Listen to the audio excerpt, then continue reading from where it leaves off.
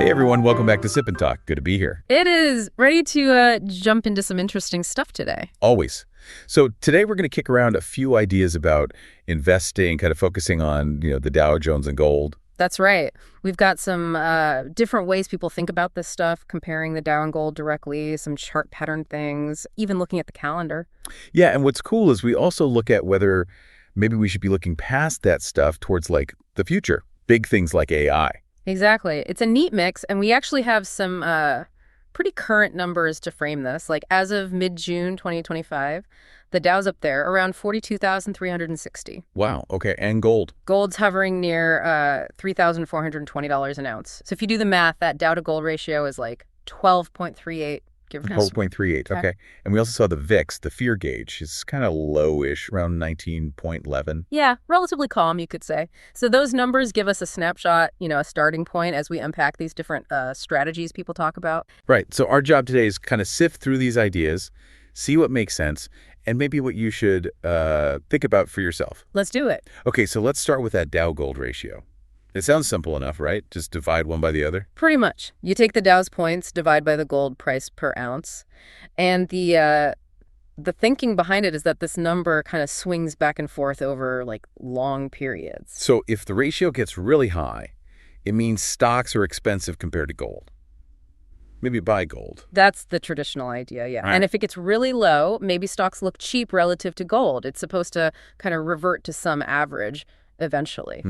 Yeah, people point to history, right? Like way back in 1980, it was super low, like 1-to-1 almost. Yeah, suggesting stocks were dirt cheap. Then fast forward to like late 99, the peak of the dot-com boom, and it shot up to, 46. Crazy.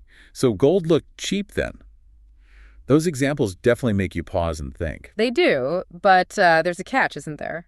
It's kind of easy to look back and cherry-pick the big turning points where it worked perfectly. Right, the survivorship bias thing. Huh. What about all the years it's just floating in the middle? Like now, around 12, anything clear? Well, that's the problem. Maybe not much. It might be in a neutral zone. Or, some big event could just come along and completely throw the historical pattern out the window. Markets aren't always predictable like that. Yeah, tell me about it. Okay, so if that simple ratio isn't a magic answer, what about getting more technical? Like using that golden ratio thing on the Dow chart. Fibonacci and the golden ratio, yeah. That's deep into technical analysis territory. You're basically applying these specific mathematical ratios, like 0.618, to past price swings. To predict where the price might stop or bounce in the future. That's the goal. Traders look for potential support or resistance levels based on these calculations, often used with other indicators, mind you. But doesn't that get a bit subjective? Like where you start and end your measurement could change the whole picture. Absolutely. That's a major criticism. Choosing those points isn't always obvious, and different choices give you different levels. And, there's always the chance it only works because enough people believe it works and trade accordingly. A self-fulfilling prophecy, kind of. Mm-hmm. Okay. Makes sense. All right, let's shift gears again. What about patterns based on the calendar? Sell in May and go away. Everyone's heard that one. Yeah, the classic. It's based on the historical observation that, on average, stocks have done better between, say, November and April than they have between May and October. Yeah. And there is some data behind that, looking back over long stretches. Like, the summer months tend to be weaker performers. On average, yes. The stats show weaker average returns, sometimes even slight losses, during that May to October period historically. Simple idea. Same problem as the ratio. Maybe it's just an average of the past. What happens this year could be totally different, right? Like if some big news hits in July. Exactly. Trade wars, geopolitical stuff, surprise economic data. Any real-world event can just blow that seasonal tendency out of the water for a particular year. Relying only on the calendar is pretty risky. You could miss a big summer rally. Okay, so if these historical patterns, whether it's ratios or seasons, can get broken so easily, maybe we should be thinking differently, like focusing on huge changes happening right now. And that's where the conversation often pivots towards something like artificial intelligence, AI. Forget timing cycles. The idea here is to identify these massive long-term growth trends that are fundamentally reshaping the economy. And AI definitely feels like one of those huge shifts. I mean, you see the projections for market growth, the impact it's having already. Yeah. It's undeniable. Yeah, it's not about history repeating. It's about a transformation. And companies involved in building AI, the infrastructure, the software, some of them are showing really strong performance, pointing towards potentially big long-term gains. So here's the dilemma then. If the old patterns look shaky, and the Dow and gold are both kind of high, with that ratio not giving a strong signal, does it just make sense to pile into something like AI, even if it looks expensive already? Well, that's the multi-billion-dollar question, isn't it? AI has this compelling story, huge potential. But yeah, valuations for a lot of the key players are really stretched. Very high. And it's not risk-free either, right? Definitely not. There's still uncertainty about where the tech goes next, potential regulations popping up around the world.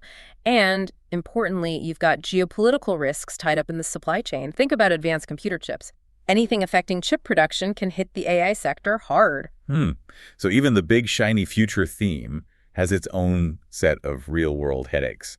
It really does feel like no single strategy is perfect. They all have pros and cons, blind spots. I think that's a fair summary. We've got the Dow-gold ratio, currently kind of neutral, maybe slightly favoring stocks, but no screaming signal. The technical stuff like the golden ratio, subjective, maybe influenced by crowd psychology. And the seasonal thing, sell in May. Nice idea, historically based, but easily disrupted by, well, life. Right. All those historical or cyclical approaches seem vulnerable to just being steamrolled by unexpected news. And like we said, those real-world events, politics, economic shocks, can wreck the patterns. But just buying and holding forever means you might have to sit through some really painful drops, too. Yep. And AI. Super exciting growth potential, but you're paying a high price now, and you're taking on specific risks around the tech itself, regulation, and those crucial supply chains. So it kind of feels like maybe there's no magic bullet right now, especially with markets generally high, VIX kind of low. Maybe the smart play is being a bit cautious. That seems to be the implication, yeah. Perhaps a balanced approach, maybe mixing things up a bit, or just holding some cash, staying flexible, waiting for things to become clearer, or for prices to pull back a bit. Which kind of leaves us with a final thought to chew on, doesn't it? If you know that any historical pattern can be broken by something unexpected, how do you actually prepare your investments for the surprises you know are coming, even if you don't know what they are? Ooh, deep question to end on. Definitely something for you all to think about as you figure out your own path. For sure. Well, that's all the time we have for today on Sip and Talk. Thanks for tuning in. Yeah, thanks everyone. Hey, don't forget to subscribe to Sip and Talk wherever you get your podcasts. And definitely check out our buddy Mickey's YouTube channel, too. Always some interesting stuff over there. Seriously, go take a look. Catch you next time.